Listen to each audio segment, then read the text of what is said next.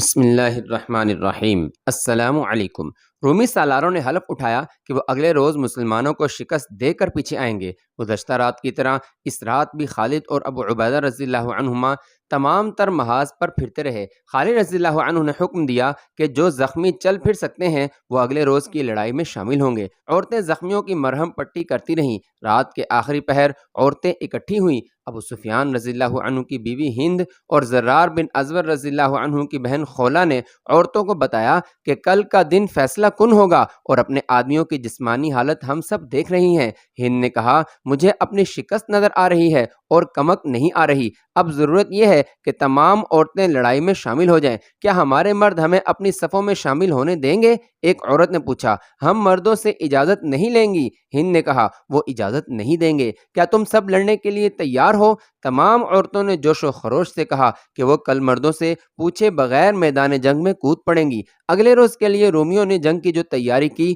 وہ بڑی خوفناک تھی۔ مسلمان خواتین نے ہتھیار نکال لیے۔ کل انہیں بھی میدان میں اترنا تھا۔ خاک و خون میں ڈوبی ہوئی رات کے بطن سے ایک اور صبح طلوع ہوئی۔ یہ تاریخ اسلام کی ایک بھیانک اور ہولناک جنگ کے چوتھے روز کی صبح تھی۔ مسلمان فجر کی نماز پڑھ چکے تو خالد رضی اللہ عنہ اٹھے۔ اے جماعت مومنین، خالد رضی اللہ عنہ نے مجاہدین سے کہا، تم نے دن اللہ کی راہ میں لڑتے اور راتیں اللہ کو یاد کے گزار دی ہیں۔ اللہ ہمارے حال سے بے خبر نہیں۔ اللہ دیکھ رہا ہے کہ تم لڑنے کے قابل نہیں رہے، پھر بھی لڑ رہے ہو۔ تم اس کے رحم و کرم سے مایوس نہ ہونا۔ ہم اللہ کے لیے لڑ رہے ہیں۔ آج کے دن حوصلہ قائم رکھنا۔ آج اسلام کی قسمت کا فیصلہ ہوگا۔ کہیں ایسا نہ ہو کہ ہم اللہ کے سامنے بھی، رسول اللہ صلی اللہ علیہ وسلم کی روح مقدس کے سامنے بھی اور اپنے ان بھائیوں کی روحوں کے سامنے بھی شرمسار ہوں جو ہمارے ساتھ چلے تھے اور ہم نے ان کے لہولہان جسموں کو اپنے ہاتھوں سے دفن کیا ہے۔ کیا تم ان کے بچوں کی خاطر جو یتیم ہو گئے ہیں اور ان کی بیویوں کی خاطر جو بیوہ ہو گئی ہیں اور ان کی بہنوں اور ان کی ماؤں کی عزت کی خاطر نہیں لڑو گے؟ بے شک ابن ولید، مجاہدین کی آوازیں اٹھیں، ہم لڑیں گے، شہیدوں کے خون کے قطرے قطرے کا انتقام لیں گے۔ اس طرح مجاہدین نے خالد رضی اللہ عنہ کی آواز پر جوش و خروش سے لبیک کہا، لیکن ان کی آوازوں میں وہ جان نہیں تھی جو ہوا کرتی تھی۔ عزم موجود تھا۔ خالد رضی اللہ عنہ کا یہ پیغام سارے محاذ تک پہنچا دیا گیا۔ ہر سالار کی زبان پر یہی الفاظ تھے، آج کے دن حوصلہ نہ ہارنا، آج کے دن۔ ادھر رومی لشکر کے سالاروں کو بھی یہی حکم ملا تھا، آج کے دن مسلمانوں کا خاتمہ کر دو۔ صبح کا اجالا صاف ہوتے ہی رومی دستے نمودار ہوئے۔ ان کا انداز پہلے والا اور پلان بھی پہلے والا تھا۔ انہوں نے مسلمانوں کے دائیں پہلو پر سالار عمرو بن عاص رضی اللہ عنہ کے دستوں پر حملہ کیا۔ حملہ آور آرمینیا کی فوج تھی جس کا سالار کناتیر تھا۔ عمرو بن عاص رضی اللہ عنہ کے پہلو میں سالار شرحبیل رضی اللہ عنہ کے دستے تھے۔ ان پر آرمینیوں نے حملہ کیا اور ان کی مدد کے لیے عیسائی دستے بھی ساتھ تھے۔ عمرو بن عاص رضی اللہ عنہ کے لیے صورتحال مخدوش ہو گئی۔ انہوں نے بہت دیر مقابلہ کیا لیکن وہ دشمن کے سیلاب کے آگے نہ ٹھہر سکے۔ عمرو بن عاص رضی اللہ عنہ کے مجاہدین نے تنظیم اور ترتیب توڑ دی اور حملہ آوروں پر ٹوٹ پڑے۔ وہ دراصل پسپا ہو رہے تھے لیکن اب وہ پسپائی کو قبول کرنے کے لیے تیار نہیں تھے، چنانچہ انہوں نے اپنی صفیں توڑ کر انفرادی لڑائی شروع کر دی۔ عمرو بن عاص رضی اللہ عنہ سالار سے سپاہی بن گئے۔ وہ تو تلوار کے دھنی تھے، اکیلے انہی کی تلوار نے کئی آرمینیوں کو خون میں نہلا دیا۔ ان کے دستے کا ہر فرد اب اپنی لڑائی لڑ رہا تھا۔ انہوں نے دشمن کی بھی ترتیب توڑ دی۔ رومیوں کے اتحادی یہ آرمینی اس قسم کی لڑائی کی تاب نہ لا سکے لیکن وہ پسپا نہیں ہو سکتے تھے۔ اس کی ایک وجہ تو یہ تھی کہ ان کے پیچھے تازہ دم عیسائی دستے موجود تھے، وہ آرمینیوں کو پیچھے آنے نہیں دیتے تھے۔ دوسری وجہ یہ تھی کہ ان کے سالار پیچھے ہٹنے کا حکم نہیں دیتے تھے، اور تیسری وجہ یہ کہ مسلمان تعداد میں کم ہونے کے باوجود انہیں لڑائی میں سے نکلنے ہی نہیں دے رہے تھے۔ شرحبیل بن حسن رضی اللہ عنہ کے دستوں کی حالت بھی ٹھیک نہیں تھی، انہیں دشمن نے بہت پیچھے ہٹا دیا تھا۔ مجاہدین بے جگری سے لڑ رہے تھے لیکن دشمن کا دباؤ ان کے لیے ناقابل برداشت ہو گیا تھا۔ خالد رضی اللہ عنہ نے یہ صورتحال دیکھی تو انہوں نے یہ چال سوچی کہ عمرو بن عاص اور شرحبیل بن حسنہ رضی اللہ عنہما پر حملہ کرنے والے آرمینیوں پر پہلو سے حملہ کیا جائے، لیکن ان کی مدد کو آنے والے دستوں کا راستہ روکنا بھی ضروری تھا۔ انہوں نے قاصد کو بلایا۔ ابو عبیدہ اور یزید سے کہو کہ آگے بڑھ کر اپنے سامنے والے رومیوں پر حملہ کر دیں۔ خالد رضی اللہ عنہ نے کہا، اور انہیں کہنا کہ دشمن کے ان دستوں کو روکے رکھنا ہے کہ ہمارے دائیں پہلو کی طرف نہ جا سکیں، اور انہیں کہنا کہ اپنے سوار دستے بھی حملہ کر رہے ہیں۔ قاصد نے گھوڑے کو اینٹ لگائی اور ابو عبیدہ اور یزید رضی اللہ عنہما تک جا پہنچا۔ پیغام ملتے ہی ان دونوں سالاروں نے اپنے سامنے والے رومی دستوں پر حملہ کر دیا۔ خالد رضی اللہ عنہ نے اپنے مخصوص رسالے کو دو حصوں میں تقسیم کیا، ایک حصے کی کمان قیس بن حبیرہ کو دی اور دوسرے کی کمان اپنے ہاتھ میں رکھی۔ خالد رضی اللہ عنہ اپنے دائیں پہلو کے پیچھے سے گزر کر آگے نکل گئے اور اس طرف سے آرمینی دستوں پر حملہ کر دیا۔ ان کے حکم کے مطابق قیس بن حبیرہ کے سوار دستوں نے آرمینیوں پر دوسرے پہلوؤں سے حملہ کر دیا۔ شرحبیل رضی اللہ عنہ نے سامنے سے حملہ کر دیا۔ یہ سہ طرفی حملہ تھا جو آرمینیوں کے لیے ایک آفت ثابت ہوا۔ عیسائی دستے ان کی مدد کو آئے، لیکن بے شمار لاشیں، تڑپتے ہوئے زخمی اور بے لگام بھاگتے ہوئے گھوڑے چھوڑ کر پسپا ہو گئے اور اپنے محاذ بل کے خیمہ گاہ تک جا پہنچے۔ ابھی دشمن کا پیچھا نہیں کیا جا سکتا تھا۔ خالد رضی اللہ عنہ ابھی دفاعی جنگ لڑ رہے تھے۔ وہ چاہتے تھے کہ دشمن حملے کر کر کے تھک جائے۔ ابو عبیدہ اور شرحبیل رضی اللہ عنہما نے آگے بڑھ کر جو حملہ کیا تھا وہ انہیں مہنگا پڑا۔ دشمن نے ان دونوں سالاروں کے دستوں پر تیروں کا میہ برسا دیا۔ یہ ویسی تیر اندازی نہیں تھی جیسی لڑائیوں میں معمول کے مطابق ہوا کرتی تھی، یہ تو صحیح معنوں میں تیروں کا میہ تھا۔ رومی اپنے لشکر کے تمام تیر اندازوں کو آگے لے آئے تھے۔ بعض مورخوں نے لکھا ہے کہ فضا میں اڑتے ہوئے تیروں نے سورج کو چھپا لیا تھا۔ تیر اندازوں کی مہارت کا یہ عالم تھا کہ 700 مسلمانوں کی آنکھوں میں تیر لگے اور آنکھیں ضائع ہو گئیں۔ اسی لیے اس دن کو یوم النفور کہا جاتا ہے۔ مسلمان تیر اندازوں نے رومی تیر اندازوں پر تیر چلائے، لیکن مسلمانوں کے تیر بیکار ثابت ہوئے، کیونکہ مسلمانوں کی کمانیں چھوٹی تھیں، ان سے تیر دور تک نہیں جا سکتا تھا۔ اس کے علاوہ تیر اندازوں کی تعداد دشمن کے مقابلے میں بہت تھوڑی تھی۔ اسی دن ابو سفیان رضی اللہ عنہ کی آنکھ میں بھی تیر لگا اور وہ ایک آنکھ سے معذور ہو گئے۔ اس صورتحال میں مسلمان میدان میں نہیں ٹھہر سکتے تھے۔ ابو عبیدہ اور شرحبیل رضی اللہ عنہ کو پیچھے ہٹنا پڑا۔ 700 مسلمان تو وہ تھے جن کی آنکھوں میں تیر لگے تھے، اس کے علاوہ زخمیوں کی تعداد کچھ کم نہ تھی۔ رومی سالار اعلیٰ ماہان ایک اونچی چٹان کی چوٹی سے یہ جنگ دیکھ رہا تھا۔ وہ وقت آ گیا ہے، ماہان نے چلا کر کہا، اب حملے کا وقت آ گیا ہے، نہیں ٹھہر سکیں گے۔ اس نے اپنے دو سالاروں کو پکار کر کہا، گریگری، قورین، تیز ہلہ بول دو، فیصلے کا وقت آ گیا ہے۔ جنگ کے شور و غوغا میں اور پھر اتنی دور اس کی آواز سالاروں تک نہیں پہنچ سکتی تھی۔ اس کی پکار اس کے قاصد سن سکتے تھے جو ہر وقت اس کے قریب موجود رہتے تھے۔ کوئی اور حکم؟ ایک قاصد نے ماہان کے آگے ہو کر پوچھا۔ ماہان نے اپنا پورا حکم دیا اور قاصد کا گھوڑا بڑی تیزی سے چٹان سے اتر کر میدان جنگ کی قیامت خیزی میں غائب ہو گیا۔ ماہان مسلمانوں کو اسی کیفیت میں لانا چاہتا تھا کہ وہ حملہ روکنے کے قابل نہ رہیں۔ وہ کیفیت پیدا ہو چکی تھی۔ مسلمانوں کی نفری ہزاروں کے حساب سے کم ہو گئی تھی اور جو زخمی نہیں تھے وہ جسمانی تھکن سے چور ہو چکے تھے۔ رومیوں کے لیے وہ فیصلہ کن لمحہ آ گیا تھا جس کا حکم ماہان نے گزشتہ رات اپنے سالاروں کو دیا تھا۔ ماہان کا حکم پہنچتے ہی رومیوں نے 3 سالاروں ابو عبیدہ، یزید بن ابی سفیان اور عکرمہ رضی اللہ عنہم کے دستوں پر حملہ کر دیا۔ ابو عبیدہ اور شرحبیل رضی اللہ عنہما کے دستوں پر زیادہ دباؤ ڈالا گیا کیونکہ ان کے قدم پہلے ہی اکھڑے ہوئے تھے، وہ پیچھے ہٹ رہے تھے۔ انہیں میدان جنگ سے بھگا دینا رومیوں کے لیے کوئی مشکل نہ تھا، وہ پیچھے ہی ہٹتے جا رہے تھے۔ رومی جنگ کو فیصلہ کن مرحلے میں لے آئے تھے۔ مسلمانوں کی شکست یقینی تھی اور اس شکست کے نتائج صرف ان مسلمانوں کے لیے ہی تباہ کن نہیں تھے جو لڑ رہے تھے، بلکہ اسلام کے لیے بھی کاری ضرب تھی۔ اسی میدان میں یہ فیصلہ ہونا تھا کہ اس خطے میں مسلمان رہیں گے یا رومی، اسلام رہے گا یا عیسائیت۔ میدان عیسائیت کے ہاتھ میں تھا۔ ابو عبیدہ اور یزید رضی اللہ عنہما کے دستوں کے بائیں پہلو پر عکرمہ رضی اللہ عنہ کے دستے تھے، ان پر بھی حملہ ہوا تھا، لیکن یہ اتنا زوردار نہیں تھا جتنا دوسرے دستوں پر ہوا تھا۔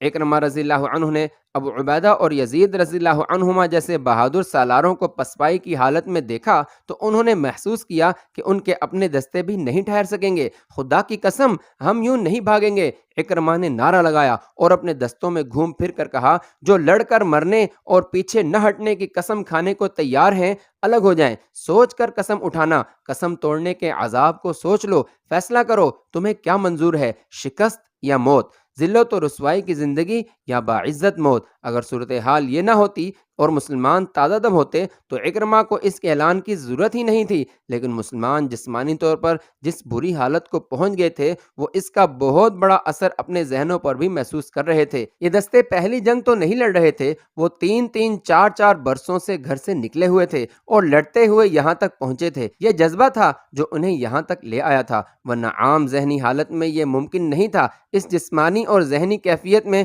اکرمہ کے اعلان اور للکار پر صرف 400 مجاہدین نے لبیک کہا اور حلف اٹھایا کہ ایک قدم پیچھے نہیں ہٹیں گے، لڑتے ہوئے جانیں دے دیں گے۔ باقی جو تھے وہ لڑنے سے نہیں منہ موڑ رہے تھے، لیکن وہ ایسی قسم نہیں اٹھانا چاہتے تھے جسے وہ پورا نہ کر سکیں۔ ان 400 مجاہدین نے جنہوں نے حلف اٹھایا تھا، اپنے سالار اکرمہ کی قیادت میں ان رومیوں پر حملہ بول دیا جو ابو عبیدہ اور یزید رضی اللہ عنہما کو پیچھے دھکیل رہے تھے۔ یہ حملہ اتنا شدید تھا جیسے شیر شکار پر جھپٹے ہوں۔ اس کا نتیجہ یہ رہا کہ رومیوں کا جانی نقصان بے شمار ہوا۔ اکرمہ کے دستوں میں سے کوئی ایک آدمی بھی پسپا نہ ہوا، لیکن 400 جان بازوں میں سے ایک بھی صحیح سلامت نہ رہا۔ زیادہ تر شہید ہو گئے اور باقی شدید زخمی اور بعد میں زخموں کی تاب نہ لا کر شہید ہوتے رہے۔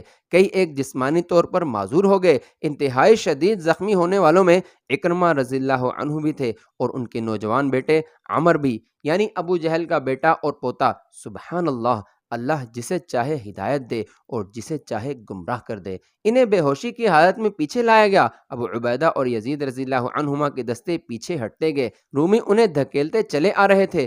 بڑا ہی خونریز معرکہ تھا۔ جب یہ دستے مسلمانوں کی خیمہ گاہ تک پہنچے تو مسلمان عورتوں نے ڈنڈے پھینک کر تلواریں اور برچھیاں اٹھا لیں اور چادریں پگڑی کی طرح اپنے سروں سے لپیٹ کر رومیوں پر ٹوٹ پڑیں۔ ان میں زرار کی بہن خولہ رضی اللہ عنہا بھی تھیں جو عورتوں کو للکار رہی تھیں۔ مورخ لکھتے ہیں کہ عورتیں اپنے دستوں میں سے گزرتی آگے نکل گئیں اور بڑی مہارت، دلیری اور قہر سے رومیوں پر جھپٹنے لگیں۔ وہ تازہ دم تھیں، انہوں نے رومیوں کے منہ توڑ دیے۔ ان کی ضربیں کاری تھیں، رومی زخمی ہو کر گرنے لگے۔ عورتوں کے یوں آگے آ جانے اور رومیوں پر جھپٹ پڑنے کا جو اثر مجاہدین پر ہوا وہ غضبناک تھا۔ اپنی عورتوں کو لڑتا دیکھ کر مجاہدین آگ بگولا ہو گئے۔ انسان میں جو مخفی قوتیں ہوتی ہیں وہ بیدار ہو گئیں اور وہی مجاہدین جو پسپا ہوئے جا رہے تھے رومیوں کے لیے قہر بن گئے۔ انہوں نے ترتیب توڑ دی اور اپنے سالاروں کے احکام سے آزاد ہو کر ذاتی لڑائی شروع کر دی۔ ان کی ضربوں کے آگے رومی بوکھلا گئے اور پیچھے ہٹنے لگے۔ سالار بھی سپاہی بن گئے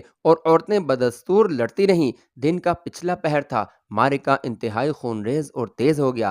رومیوں کے پاؤں اکھڑ گئے تھے۔ گھمسان کے اس معرکے میں زرار رضی اللہ عنہ کی بہن خولہ، جو اس وقت تک کئی ایک رومیوں کو زخمی اور ہلاک کر چکی تھی، ایک اور رومی کے سامنے ہوئی۔ پہلا وار خولہ نے کیا جو رومی نے روک لیا، اور اس کے ساتھ ہی اس نے ایسا زوردار وار کیا کہ اس کی تلوار نے خولہ کے سر کا کپڑا بھی کاٹ دیا اور سر پر شدید زخم آئے۔ خولہ بے ہوش ہو کر گر پڑیں، پھر انہیں اٹھتے نہ دیکھا گیا۔ اس کے فوراً بعد سورج غروب ہو گیا اور دونوں طرف کے دستے اپنے اپنے مقام پر پیچھے چلے گئے اور زخمیوں اور لاشوں کو اٹھانے کا کام شروع ہو گیا۔ رومیوں کی لاشوں اور بے ہوش زخمیوں کا کوئی شمار ہی نہ تھا۔ نقصان مسلمانوں کا بھی کم نہ تھا، لیکن رومیوں کی نسبت بہت کم تھا۔ خولہ کہیں نظر نہیں آ رہی تھی۔ انہیں خیمہ گاہ میں ڈھونڈا گیا، نہ ملی تو لاشوں اور زخمیوں میں ڈھونڈنے لگے اور وہ بے ہوش پڑی ہوئی مل گئیں۔ سر میں تلوار کا لمبا زخم تھا، بال خون سے جڑ گئے تھے۔ اس کے بھائی کو اطلاع دو، کسی نے کہا۔ ابن الازور سے کہو تیری بہن شہید ہو رہی ہے۔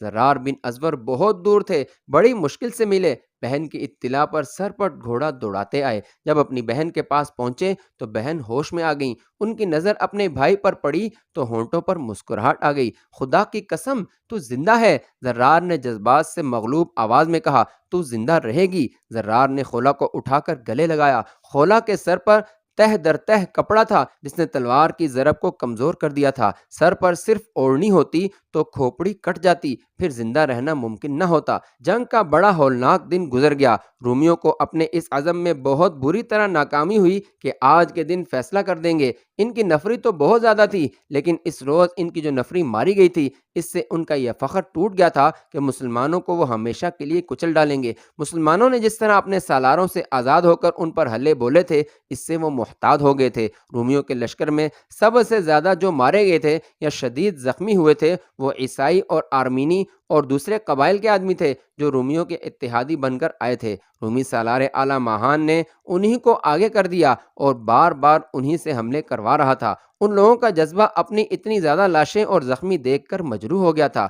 اس روز خالد رضی اللہ عنہ پریشانی کے عالم میں کچھ ڈھونڈتے پھر رہے تھے۔ جنگ کے متعلق تو ان کے چہرے پر اضطراب اور ہیجان رہتا تھا، لیکن ایسی پریشانی ان کے چہرے پر شاید پہلے کبھی نہیں دیکھی تھی۔ ان سے پریشانی کا باعث پوچھا گیا۔ میری ٹوپی، خالد رضی اللہ عنہ نے کہا، سرخ ٹوپی میری کہیں گر پڑی ہے۔ تلاش بسیار کے بعد ان کی سرخ ٹوپی مل گئی۔ مورخ لکھتے ہیں کہ خالد رضی اللہ عنہ کے چہرے پر رونق اور ہونٹوں پر تبسم آ گیا۔ ابن ولید، کسی سالار نے پوچھا، کیا تجھے ان کا غم نہیں جو ہم سے ہمیشہ کے لیے جدا ہو گئے ہیں؟ تو ایک ٹوپی کے لیے اتنا پریشان ہو گیا تھا؟ اس ٹوپی کی قدر و قیمت صرف میں ہی جانتا ہوں۔ خالد رضی اللہ عنہ نے کہا، حجۃ الوداع کے لیے رسول اکرم صلی اللہ علیہ وسلم نے سر کے بال منڈوائے تو میں نے کچھ بال اٹھا لیے۔ رسول اللہ صلی اللہ علیہ وسلم نے پوچھا کہ ان بالوں کو کیا کرو گے؟ میں نے کہا، اپنے پاس رکھوں گا۔ کفار کے خلاف لڑتے وقت یہ بال میرا حوصلہ مضبوط رکھیں گے۔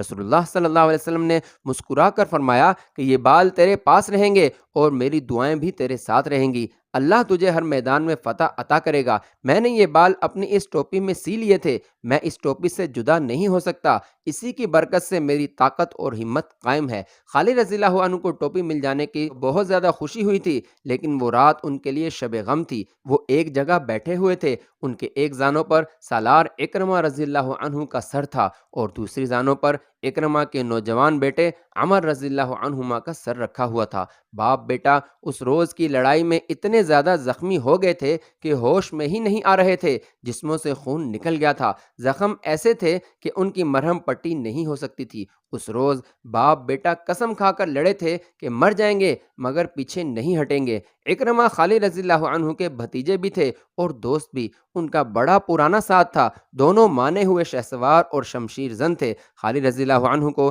اپنے اتنے عزیز ساتھی کے بچھڑ جانے کا بہت دکھ تھا۔ اکرمہ کا نوجوان بیٹا بھی دنیا سے رخصت ہو رہا تھا۔ خالد رضی اللہ عنہ نے پانی اپنے ساتھ رکھا ہوا تھا، وہ پانی میں اپنا ہاتھ ڈبوتے اور انگلیاں جوڑ کر کبھی اکرمہ کے نیم وا ہونٹوں پر رکھتے، کبھی ان کے بیٹے عمر کے ہونٹوں پر، مگر قطرہ قطرہ پانی جو باپ بیٹے کے منہ میں جا رہا تھا وہ آب حیات نہیں تھا۔ اللہ نے اس عظیم باپ اور اس کے بیٹے کو فرائض سے سبکدوش کر دیا تھا۔ اس طرح اکرمہ رضی اللہ عنہ نے اور اس کے فوراً بعد ان کے بیٹے نے خالد رضی اللہ عنہ کی گود میں سر رکھے جان آفرین کے سپرد کر دی۔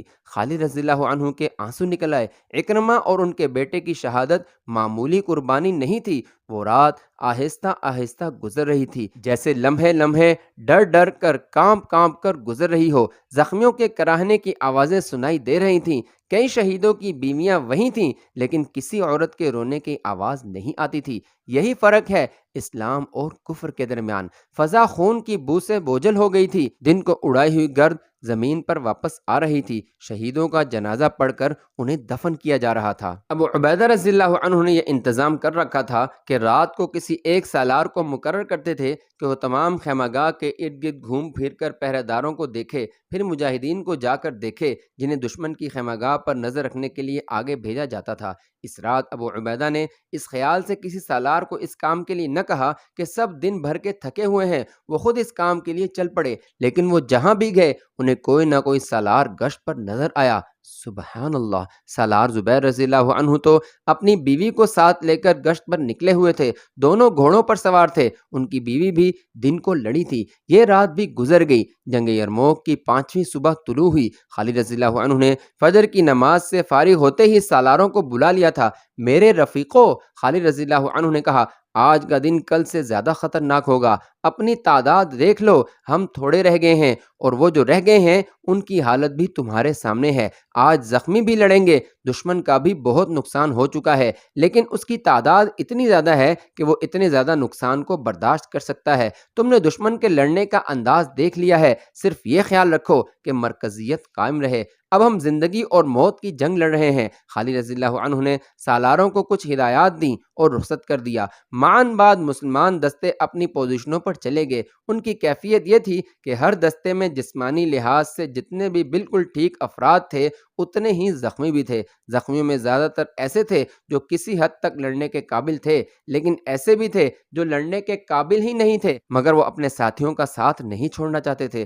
عورتیں آج بھی لڑنے کے لیے تیار تھیں۔ مسلمانوں کی دیگر وہ کیفیت دشمن سے چھپی ہوئی نہیں تھی، اس نے اس سے پورا فائدہ اٹھانا چاہا تھا۔ مسلمان سالار رومیوں کے محاذ کی طرف دیکھ رہے تھے، انہیں توقع تھی کہ آج رومی زیادہ نفری کے ساتھ حملہ شروع کر دیں گے۔ مسلمان سالاروں کو یہ خطرہ بھی نظر آ رہا تھا کہ رومی اپنے سارے لشکر سے حملہ کر دیں گے۔ صبح سفید ہو چکی تھی لیکن رومی آگے نہ آئے، پھر سورج نکل آیا لیکن رومی آگے نہ آئے۔ رومیوں کا یہ سکوت خطرناک لگتا تھا، یہ طوفان سے پہلے کی خاموشی معلوم ہوتی تھی۔ خالد رضی اللہ عنہ کو خیال گزرا کہ رومی مسلمانوں کو حملے میں پہل کرنے کا موقع دے رہے ہیں۔ خالد رضی اللہ عنہ پہل نہیں کرنا چاہتے تھے، وہ کچھ وقت اور دفاع کو ہی بہتر سمجھتے تھے۔ آخر رومیوں کی طرف سے ایک سوار آتا دکھائی دیا۔ رومیوں کے لشکر نے کوئی حرکت نہ کی۔ سوار مسلمان دستوں کے سامنے آ کر رک گیا۔ وہ کوئی عیسائی عرب تھا، عربی روانی سے بولتا تھا۔ میں اپنے سالار اعلیٰ ماہان کا ایلچی ہوں، اس نے اعلان کرنے کے انداز میں کہا۔ تمہارے سالار اعلیٰ سے ملنے آیا ہوں۔ سالار اعلیٰ ابو عبیدہ تھے،